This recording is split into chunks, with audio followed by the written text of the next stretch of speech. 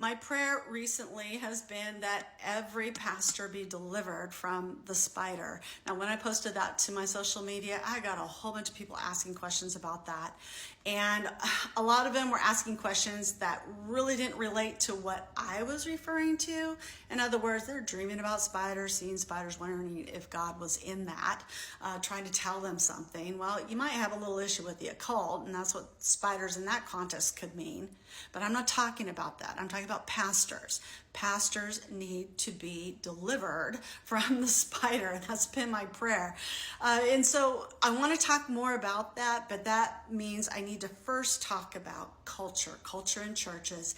And you see, a church leader, they are responsible to create identity and to set culture in their church. And so, what is culture? Well, every family has a culture. Some families are really loud and boisterous, and other families are more quiet, they're more subdued. It's kind of like what we accept, what we tolerate, what we celebrate. And what stories do we tell? I mean, that's culture. Those are elements of culture. Businesses have a culture. I mean, think about the difference between Southwest Airlines and United Airlines. Totally different culture. Churches, they have a culture, and some are very vibrant and loud. Others are more thoughtful and contemplative. And when you see a logo for an established church or hear the name of an established church, you have an idea of what they're about, because they've done a good job of establishing their identity and establishing their culture.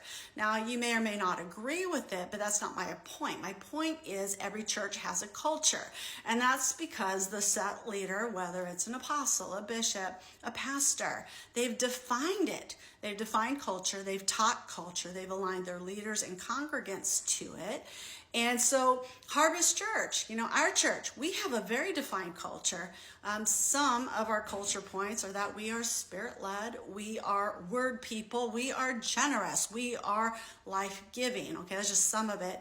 And every time you hear of a Harvest Church, well, you're going to run into those things because we have set the identity, set the culture of our church with all of our campuses.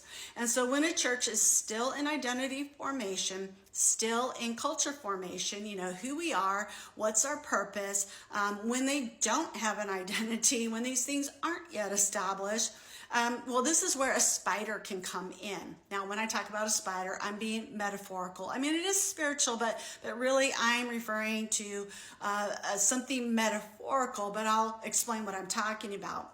You see, a spider, they need to establish themselves somewhere and feed. And I'm referring to a person, an opportunistic person. And a church can be that place if the culture is not yet set.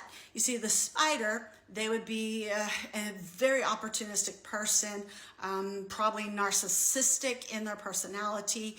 They will go straight for the head leader to procure favor. They're usually very charismatic. They might come across as being resourceful and well-to-do. They exude a certain persona, making them attractive. And they're also quick to figure out what makes that leader tick, that set leader tick, and they push those buttons in order to disarm the leader. Now, usually it's a sob story. They need some kind of help. They need a father figure. They've been victimized somehow. And, any story to elicit compassion of that leader who wants to help them, because that's why they're in ministry.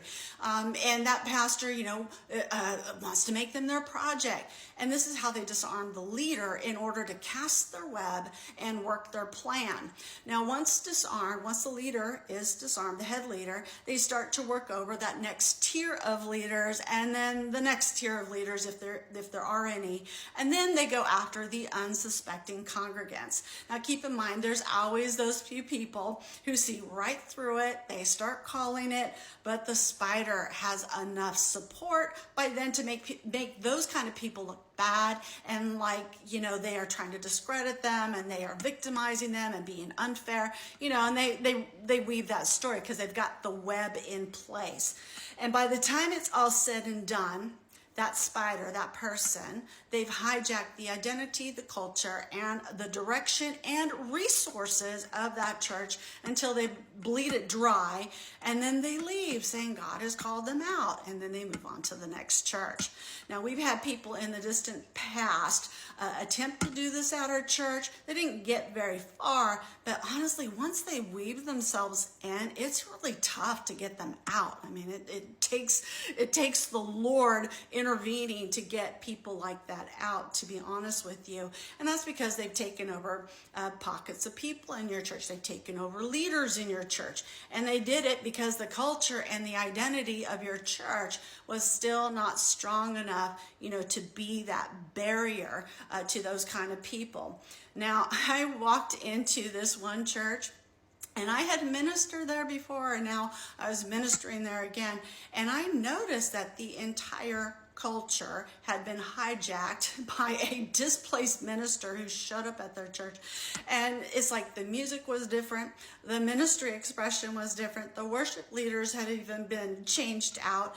And I was shocked to witness how the pastor had allocated direction and a good chunk of the church's resources and time towards that person's vision. That person didn't even attend their church. They were a visiting person that was just kind of coming in and out.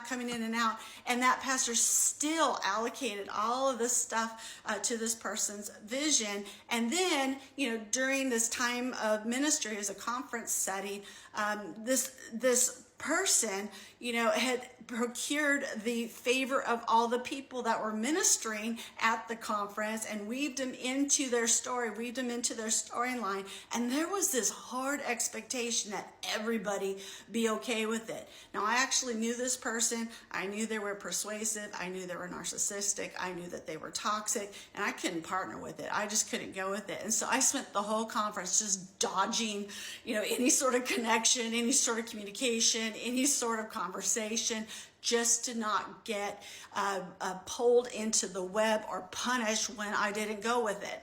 All right, and so God had me covered, and it worked out fine for me, but not so well for that church.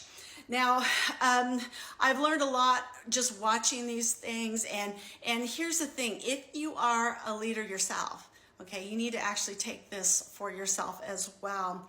You have to also know your identity. You've got to spell it out, communicate it, set the culture, and have that very, very strong in you. Don't let someone steal your vision. Don't let somebody steal your direction. Don't be falsely validated by these kinds of people. You actually help them by not turning everything over to them. Don't make them their big project. Just be, have those good boundary lines, because these are individuals that need to learn how to submit and not hijack. Now, also, I'm really set and passionate on what God has called me to do in the nations. And so, I'm aware of this spider tendency that people can have, when they go to different churches, and they are privy to talk and share and, break bread with these amazing leaders. And because I'm aware of that, I want to make sure that I keep, those boundaries and barriers in place when I go to other churches. In other words, if I go to another church, I notice that their vision is XYZ, but mine is ABC. I will make it very clear, hey, I want to acknowledge that this is what God is doing here, and this is what I can bring to assist you and partner with your vision, even though I'm doing ABC and this church is doing XYZ. And so you want to just be aware that everybody has a tendency to want to pull somebody into their vision and into what they're doing and into their plan. But you also have to respect what God is doing in individual places and operate accordingly. So, Pastor, I'm praying for you that you don't get taken over by the spider. And then also for those of you who do some of the things that I do, I minister in different churches, I'm praying that we don't become the spider as well. All right, thank you, God bless, and join my mentorship.